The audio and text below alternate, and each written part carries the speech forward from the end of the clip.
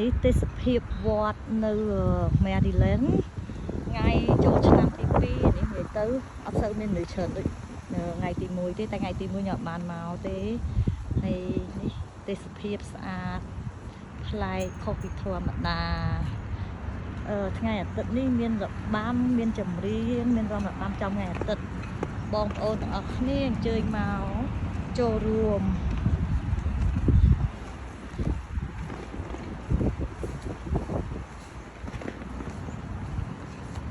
នេះខ្ញុំថត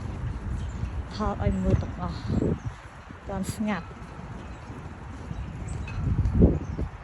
ថ្ងៃសៅរ៍មានរាំរបាំត្រុដិថ្ងៃអាទិត្យមានរាំរបាំខ្មែរចឹងហើយខ្ញុំថតនេះហើយជូនបងប្អូនមើលទាំងអស់គ្នាជួបគ្នាថ្ងៃសៅរ៍អាទិត្យនេះចាគឺនិយាយទៅស្អាតមែនតែនទីធ្លាវត្តណា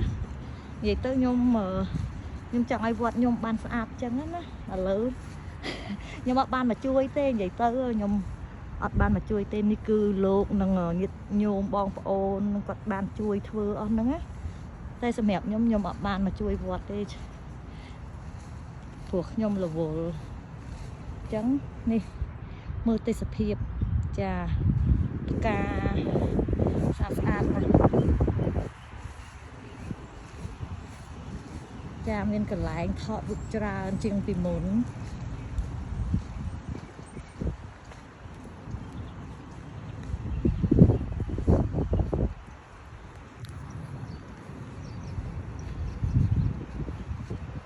នេះពហិយវត្តថ្ងៃនេះថ្ងៃចូលឆ្នាំទី2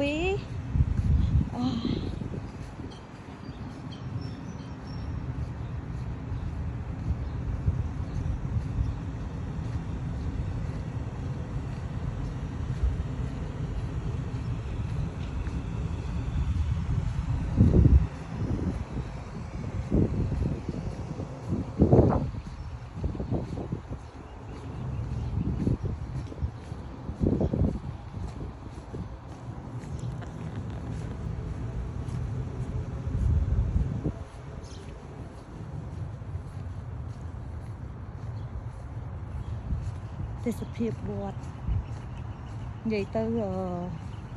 ព្រះសង្ឃបាននេះបានជួយធ្វើទាំងអស់ហ្នឹងចាអញ្ចឹងខ្ញុំ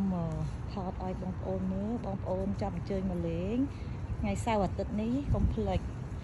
របាំត្រុដិចំថ្ងៃសៅរ៍របាំប្រពៃណីខ្មែរយើងចំថ្ងៃអាទិត្យដូចរាល់ឆ្នាំអញ្ចឹង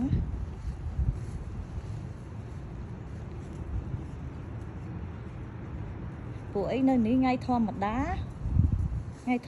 ញ្ចឹងចូលឆ្នាំអត់មានមនុស្សទេដោយសារធ្វើការនោះគេគ្រប់នេះធ្វើការខ្ញុំអត់ធ្វើការខ្ញុំឆ្លៀតមកកូនម្ចាស់កណាថតដាក់ចូល Facebook សិន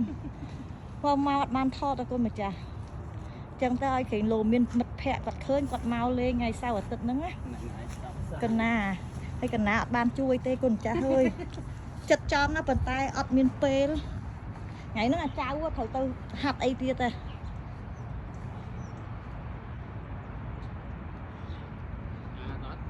ស្អាតកូនម្ចាស់